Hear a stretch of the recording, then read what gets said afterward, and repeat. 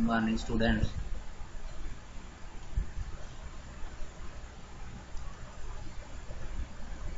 तो कल हमने किए थे कुछ रूल्स पढ़े थे हमने एक्सियोम्स और थ्योरम्स, जिसमें पहला ये लीनियर पेयर एक्सियोम थे। ये दोनों एक दूसरे के कन्वर्स, इन्हीं को अप्लाई करना है हमने आज। आगे एक्सरसाइज के क्वेश्चन जो हैं, एप्लीकेशन जो हैं, क्वेश्चन निकालने हैं, प्रूव करने हैं, कुछ सोल्यूशंस निकालने हैं। तो ये पहला एक्सियोम था, मैं आपको थोड़ा रिमाइंड करा दूँ। If a ray stand on a line then the sum of two adjacent angle so formed is 180 degree. कहने का मतलब कि जैसे ये फिगर है कि अगर एक लाइन के ऊपर एक रे स्टैंड हो तो वहाँ जो दो एडजेसेंट एंगल बनते हैं, ये जो दो एडजेसेंट एंगल हैं, जहाँ जैसे ये BOC एंड AOC जो बन रहे हैं, इन दोनों का सम क्या है 180 डिग्री। ये एक रूल है, ये ध्यान में रखना है कि अगर अब आपको कहीं एक लाइन मिले और उस लाइन के ऊपर एक रे हो तो उन दोनों एंगल का सम 180 डिग्री होगा। दूसरा इसका कन्वर्स ही, if the sum of adjacent angle is 180 degree. अगर इन्हीं दोनों एंगल का, ये एडजेसेंट एंगल है दोनों, हमें नहीं पता ये AOB लाइन है, बट ये दोनों एंगल का एडजेसेंट हैं और इन दोनों का सम अगर 180 मिलता है हमें कहीं, कि अगर ये दोनों एंगल बताए जाते हैं कि इन दोनों का सम जो है, दोनों को ऐड करके 180 आता है, तो then the non common arms, तो इनकी जो ये तो कॉमन आर्म हो गई OB और OA जो नॉन कॉमन आर्म है वो एक क्या बनाएगी, स्ट्रेट लाइन बनाएगी। देयरफॉर AOB क्या बन जाएगी, स्ट्रेट लाइन। ये पूरा लीनियर पेयर एक्सियोम है एक, जो आपने यूज़ करना हमने यहाँ पे। और दूसरी ये भी एक रूल है, थ्योरम जो हमने की थी कि if two lines intersect each other, अगर ये दो लाइंस आपस में इंटरसेक्ट करती हैं किसी पॉइंट पे, तो जो वर्टिकली अपोजिट एंगल बनते हैं, जैसे ये एंगल और ये एंगल आपस में वर्टिकली अपोजिट एंगल है, एंगल AOD, एंगल COB, ये आपस में इक्वल होते हैं कि angle AOD is equal to angle COB। ये भी आपने थ्योरम प्रूव की थी, पढ़ा था, और रूल बन गया था हमारा एक के अगर दो लाइंस आपस में इंटरसेक्ट करती हैं तो vertically opposite angles are equal, कि ये एंगल इस एंगल के बराबर और ये एंगल इस angle AOD is equal to angle BOC, angle AOC is equal to angle BOD। ये हमने तीन रूल अभी पढ़े हुए हैं, यही तीन रूल जो हैं अप्लाई होंगे हमारे आगे जो क्वेश्चन हैं। तो अब हम शुरू करते हैं एक्सरसाइज 5.1 जो पुरानी बुक है जिसके पास वो 6.1 होगी, तो उसे लेते हैं। तो इसमें फर्स्ट क्वेश्चन है इन फिगर, ये फिगर का ये क्योंकि बुक से मैंने उतारा हुआ है, सीधा पेस्ट किया हुआ है, इसलिए 6.13 लिखा हुआ है। आपकी बुक पे फिगर दी हुई है, ये मैंने वही सेम यहाँ पे बनाई हुई है कि line ABCD intersect at O। ये लाइन एक AB लाइन है, एक लाइन CD है, ये दोनों आपस में काट रही हैं, इंटरसेक्ट कर रही हैं O के ऊपर, पॉइंट O पे। इफ एंगल AOC, ये वाला angle AOC plus angle BOE, ये वाला angle BOE is equal to 70, ये प्लस ये वाला एंगल दोनों उन्होंने क्या दिए हैं, 70 डिग्री दिया है इन दोनों का सम। और एंगल BOD जो वाला ये नीचे दिख रहा है एंगल BOD, ये वाला एंगल हमें दिया 40 डिग्री। फाइंड निकालना है हमने, क्या निकालना है, BOE एंगल, ये वाला निकालना है BOE, और एंगल निकाल रिफ्लेक्स एंगल COE, इस COE एंगल का रिफ्लेक्स निकालना है, दैट इज आपको COE रिफ्लेक्स निकालना है। कहने का मतलब ये वाला एंगल निकालना है, यहाँ से यहाँ तक एंगल निकालना है कि ये कितने डिग्री का होगा। तो वैसे यहाँ पे हमें सोल्यूशन करना होता है, तो डायरेक्ट भी हम यहाँ से शुरू कर सकते हैं, मगर अगर आप गिवन और गिवन वगैरह लिख लो तो अच्छी बात है। मगर जहाँ प्रूव होगा, लिखा होगा प्रूव दैट, वहाँ आपने गिवन भी लिखना है, उसके अलग मार्क्स होते हैं, फिगर के अलग होते हैं और टू प्रूव के अलग होते हैं। मगर यहाँ भी मैंने गिवन और टू फाइंड लिखा हुआ है, इससे क्या होता है कि आपको मदद मिल जाएगी, नीचे जल्दी दिखता है क्या। गिवन क्या है, एक दो लाइन्स दी हैं हमें AB, ये वाली फिगर देखते जाना, ये फिगर से काम करना है आपने। AB और CD ये देखो इंटरसेक्ट कर रही हैं कहाँ पे, पॉइंट O पे। तो line AB and CD intersect at point O, जिसमें ये भी दिया साइड दैट एंगल AOC, यहाँ से उतारा मैंने, गिवन से ही जो दे दिया होता है वही लिखना है। Angle AOC plus angle BOE is equal to 70 degree, and angle B O D is equal to 40 degree. ये सारी चीज़ें जो यहाँ पे दी थी वो मैंने यहाँ पे लिख दी। टू फाइंड, हमने निकालना क्या क्या है, एक तो निकालना है एंगल बी ओ कितने डिग्री का है, तो वही लिखा है angle B O and reflex angle C O का रिफ्लेक्स निकालना है हमने एंगल, तो ये वाला एंगल कितने डिग्री का है। तो इसके लिए पहले ये देखो कि ये लाइंस और ये लाइन आपस में इंटरसेक्ट कर रही हैं, ये मैंने यहाँ पे बनाई है क्योंकि ऊपर इसके साथ ये भी है तो थोड़ा, तो इसमें अभी अभी आपने थ्योरम का जो रूल पीछे देखा, तो vertically opposite angles are equal when lines are intersect each other then vertically opposite angle. और ये दोनों एंगल वर्टिकली ऑपोजिट एंगल कौन कौन से, एंगल AOC और एंगल BOD कौन से एंगल है, वर्टिकली ऑपोजिट एंगल है, क्योंकि दोनों लाइंस आपस में इंटरसेक्ट कर रही हैं, ये एंगल और ये एंगल वर्टिकल ऑपोजिट, ये आपस में बराबर है। तो हमें इन क्वेश्चंस में ये जो आपके लिए नई चीज़ आई है ज्योमेट्री इस टाइप की, तो आपने इन क्वेश्चंस में आपने साथ साथ में ये भी लिखना है कि कहाँ से आया ये, उसका प्रूफ साथ में, रीज़न साथ में देना है ये कहाँ से आया। तो मैंने ये लिखा since line AB and CD intersect at point O, तो अगर ये लाइंस आपस में इंटरसेक्ट कर रही हैं तो एंगल AOC, ये वाला angle AOC is equal to angle BOD। ये दोनों क्यों हैं, क्योंकि ये वर्टिकली अपोजिट एंगल है। बट हमें एंगल BOD जो है वो दिया हुआ है कितना, 40 डिग्री। तो एंगल AOC, तो BOD की जगह हम लगा लेंगे 40 डिग्री, तो इसका मतलब एंगल AOC हमारा कितना हो गया, 40 डिग्री हो गया। ये एंगल AOC क्यों निकाला हमने, क्योंकि हमने निकालना था एंगल BOE, और AOC प्लस BOE दोनों को ऐड करके बताया हुआ 70, जैसे जब ये निकल जाएगा तो ये भी निकल गया, ये हमें वो डायरेक्ट निकल नहीं सकता था, इसलिए पहले हमने ये निकाला वर्टिकली ऑपोजिट एंगल से, ये आ गया एंगल AOC 40 डिग्री। बट अब हमें क्या दिया हुआ है, ये जो हमने गिवन में लिखा है angle AOC plus BOE is equal to 70 degree, यही हमने लिखा है angle AOC plus BOE is equal to 70 degree. क्यों आया, ये गिवन है हमें।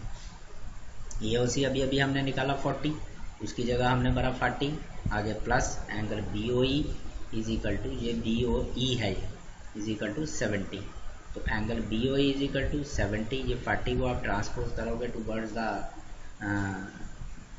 राइट हैंड साइड की तरफ ले जाओगे जब, तो यहाँ प्लस है तो यहाँ क्या हो जाएगा माइनस, तो angle BOE is equal to 70 minus 40, तो angle BOE is equal to 70 में से 40 निकाला 30। तो ये पहला आंसर हमारा आ गया, जो पहले हमें पूछा था हमने क्या, एंगल BOE कितना आ गया हमारे पास, 30 डिग्री आ गया, ये वाला एंगल हमारा 30 डिग्री का हो गया। अब हमें निकालना है angle reflex angle COE। Reflex के लिए पहले हमें ये निकालना पड़ेगा COE एंगल कितना है, फिर जाके पता चलेगा। जब पूरा भी निकाल सकते थे हम, ये पता चल गया, ये पता चल गया, ये पता चल गया, और ये भी अगर हमें पता चले तो फिर जाके निकलता है।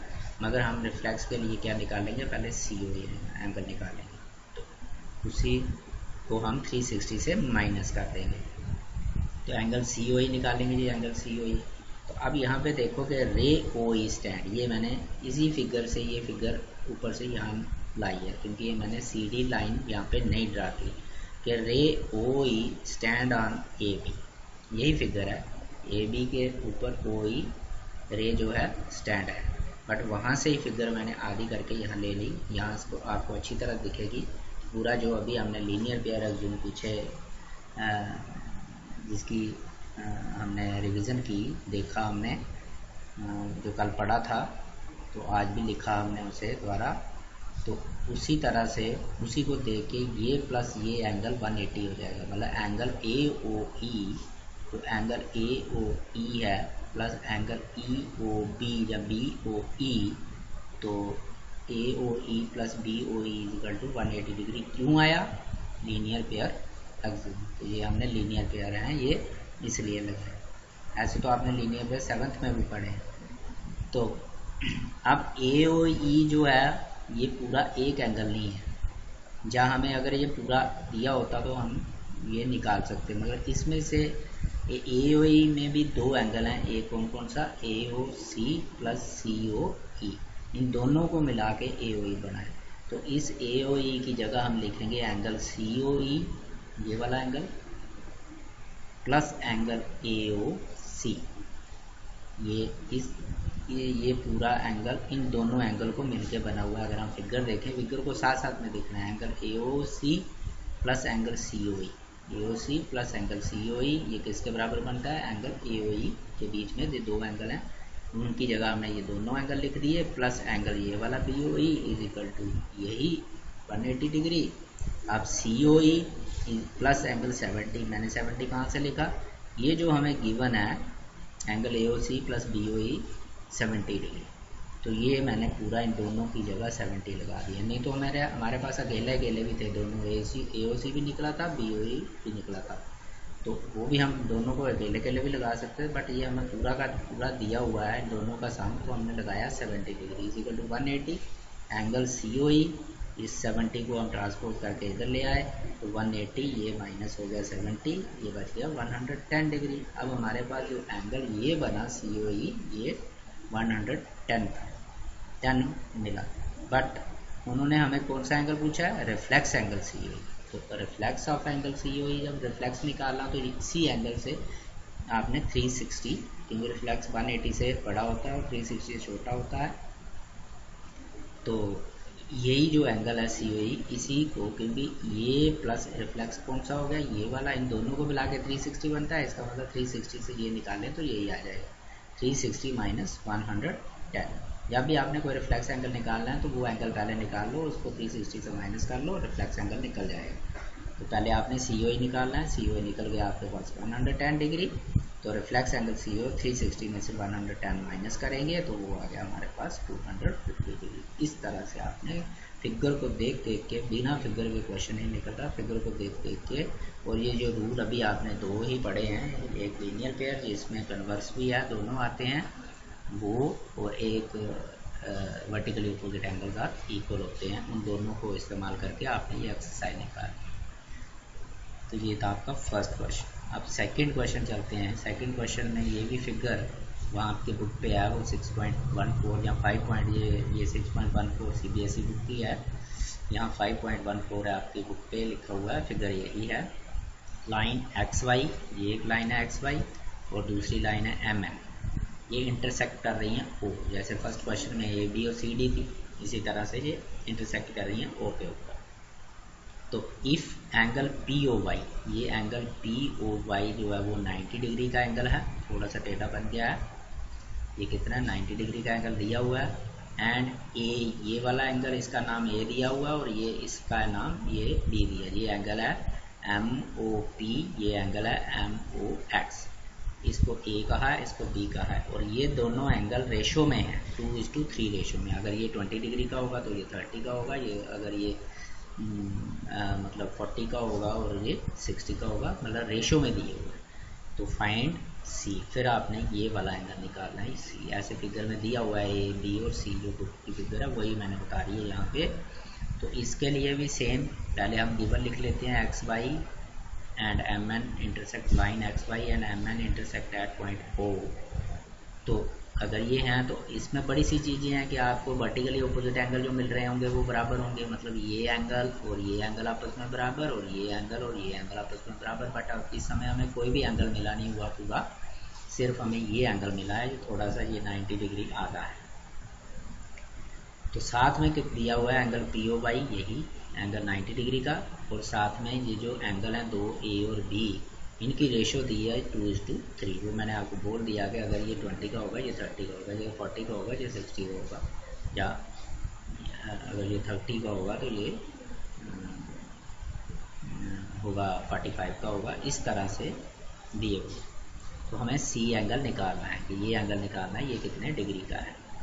तो सबसे पहले हम ले लेते हैं क्योंकि अगर देखें तो A और B और ये वाला एंगल मिला के एक लाइन के ऊपर है, तो हम ले लेते हैं कि रे OP, ये जो रे OP stand on line XY हमें दिख रही है, अगर हम ये बीच में से MN लाइन को निकाल दें बाहर तो आपको पूरा ये इस तरह से दिखेगा। वो मैंने बाहर निकाला है, MXY लाइन है और इसके ऊपर रे OP, ये रफ काम है मेरा, ऐसे ही पिछले क्वेश्चन में भी था रफ काम है, आप साथ में लिख सकते हो रफली, वैसे हमने देखना यहाँ पे होता है पर यहाँ से ज़्यादा समझ आती है इसलिए मैंने बाहर निकाला। ये आपको क्वेश्चन में लिखने की, ये बनाने की ज़रूरत नहीं है, आप रफ में इन्हें बना सकते हो। क्वेश्चन में यही फिगर जो ऊपर दी हुई है ये इसी से देख के आपने करना होता है, बट ये रफ में आप इसे यूज़ कर सकते हो। ये और ये जैसे पिछले क्वेश्चन में मैंने 2 फिगर बनाई थी रफ। तो अगर ये रे स्टैंड कर रही है इस लाइन के ऊपर, तो इसका मतलब ये 2 एंगल जो बन रहे हैं एडजेसेंट एंगल, इनका सम कितना होगा 180 डिग्री। इसका मतलब X O P plus angle X O P plus angle P O Y, इन दोनों को मिला के कितना बनेगा 180, क्योंकि ये लीनियर पेयर है। मैंने थोड़ा शार्ट में लिखा है एल, आप पूरा लिखिए लीनियर पेयर। अब एक्स ओ पी हमें नहीं दिया हुआ, ये हम निकाल लेते हैं। ये वाला एंगल एक्स ओ पी, ये वाला angle, plus P O Y हमें दिया हुआ है कितने 90 डिग्री, उसकी जगह 90 डिग्री पुट करते हैं, इज इक्वल टू देख के 180 डिग्री।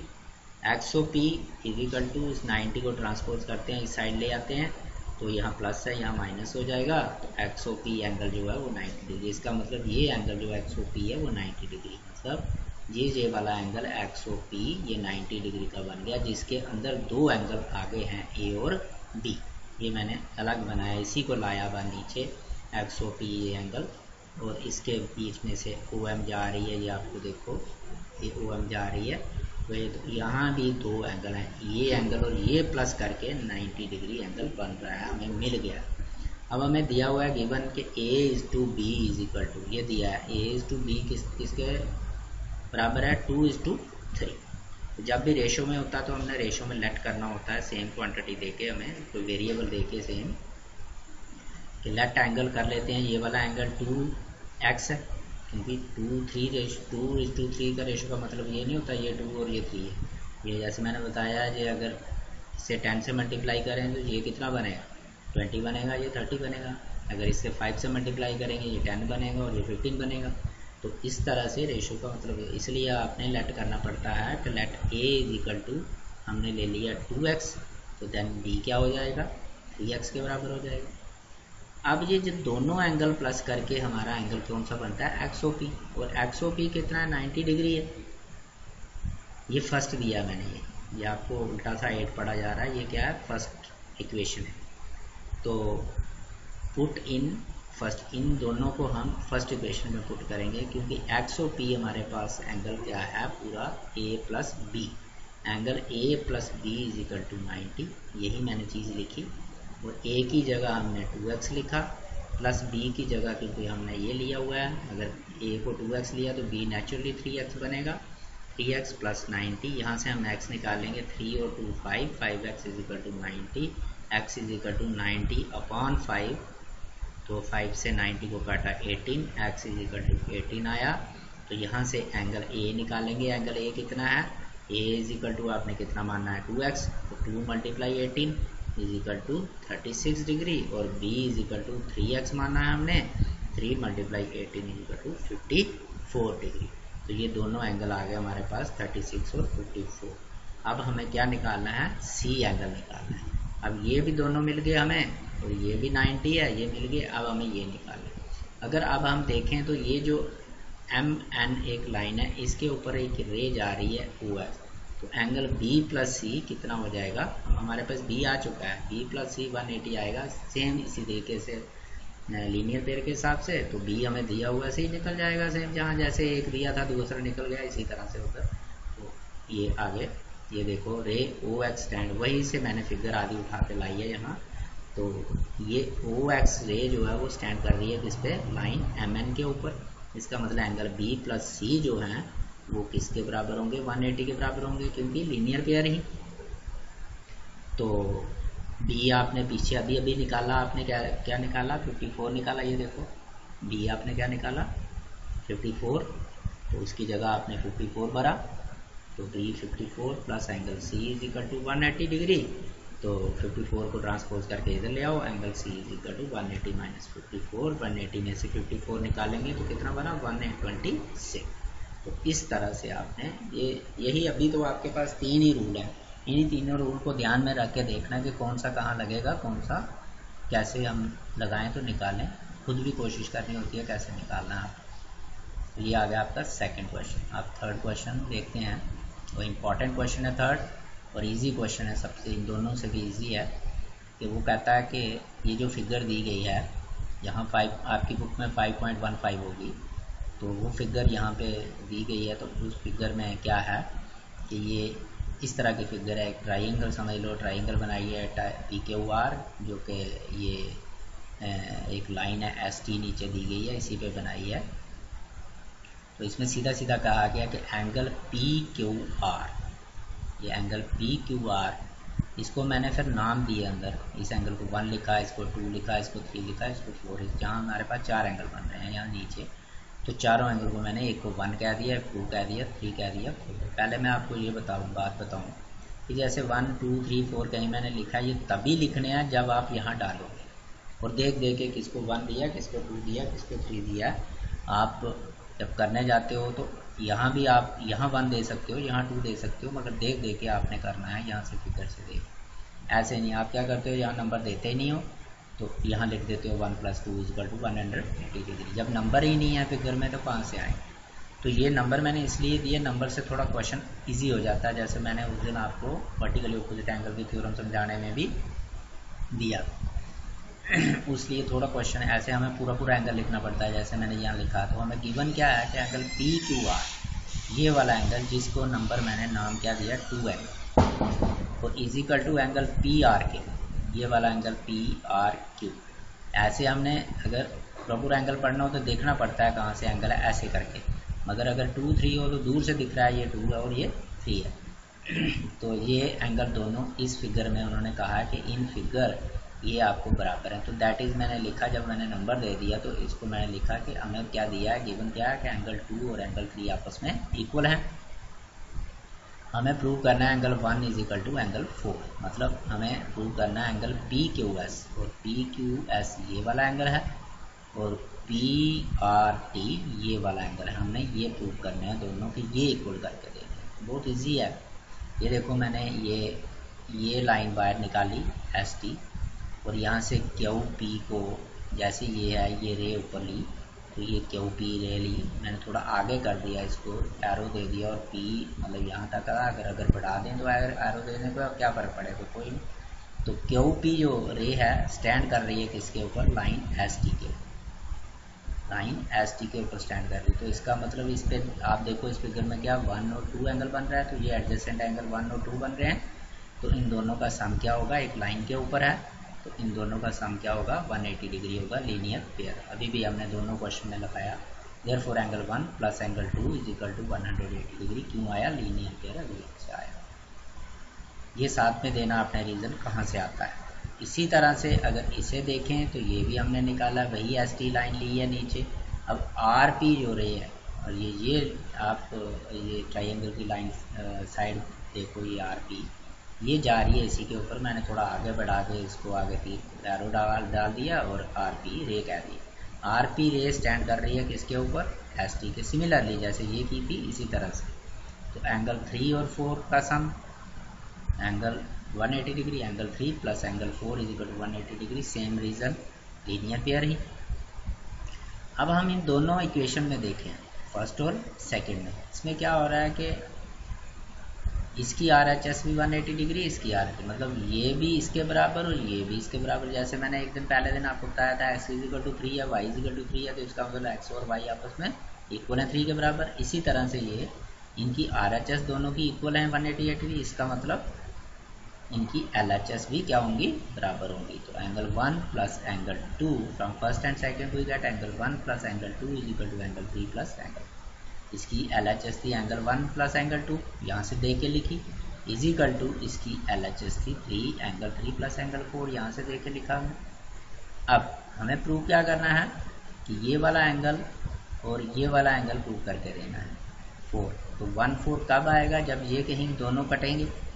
तो एंगल 1 + एंगल 2 = एंगल 2 + एंगल 4। ये मैंने एंगल 2 कहाँ से लिखा, 3 की जगह, 3 की जगह 2 इसलिए लिखा, अगर आप अपना गिवन देखो तो वहाँ एंगल 2 और 3 हमें दिए हुए हैं बराबर, तो ये दोनों आपस में बराबर हैं। तो हम 2 की जगह 3 भी लगा सकते हैं और एंगल 3 की जगह 2 भी लगा सकते हैं। तो मैंने एंगल 3 की जगह क्या लगा दिया, 2 लगा दिया, और लिख दिया कि बिकॉज गिवन से एंगल 2 और 3 बराबर हैं, तो हमने इसकी जगह लगाया।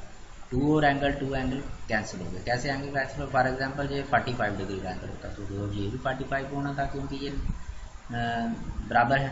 तो जब हम इसे इधर ले आएंगे माइनस हो जाएगा, जीरो हो जाएगा, तो ये आपस में कट जाते हैं। जो कट गए तो रह गया हमारे पास angle 1 is equal to angle 4। यही हमें प्रूव करना था।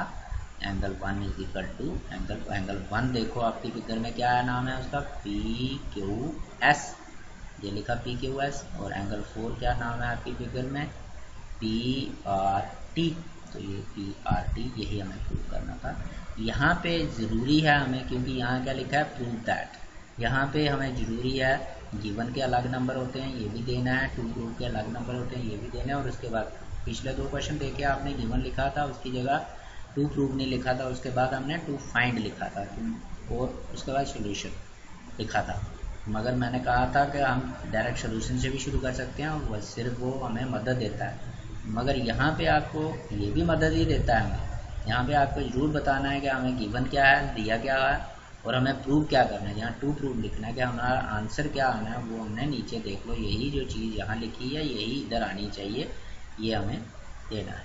तो बहुत इंपॉर्टेंट क्वेश्चन है और बड़ा इजी क्वेश्चन है ये। सिर्फ लीनियर पेयर एग्जाम लगेगा इसमें, पहले दोनों क्वेश्चन में दोनों चीज़ें लगी। अब हमारा 4th क्वेश्चन, ये भी इजी क्वेश्चन है।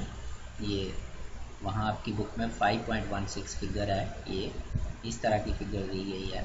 हो सकता है ये लाइन थोड़ी इधर हो, इसी बिल्कुल यहाँ ये एंगल x, ये एंगल y, ये एंगल z और ये एंगल w। ये लाइन ये एक, अभी हमें ये नहीं बताया कि ये लाइन है ए भी, मगर ये बताया कि ये एंगल x है, ये y है, इस तरह से फिगर दिख रही है इसमें। तो गिवन क्या है कि x plus Y is equal to W plus Z. ये एंगल प्लस ये एंगल इज इक्वल टू ये एंगल प्लस ये है। ये दोनों एंगल बराबर दिखी, इन दोनों का सम और इन दोनों का सम आपस में इक्वल है। कितने कितने डिग्री है हमें नहीं पता। देन प्रूव दैट, हमें प्रूव करना है कि ये जो ए और बी दिख रही है आपको एक लाइन, ये एक स्ट्रेट लाइन होनी चाहिए, ये लाइन बननी चाहिए।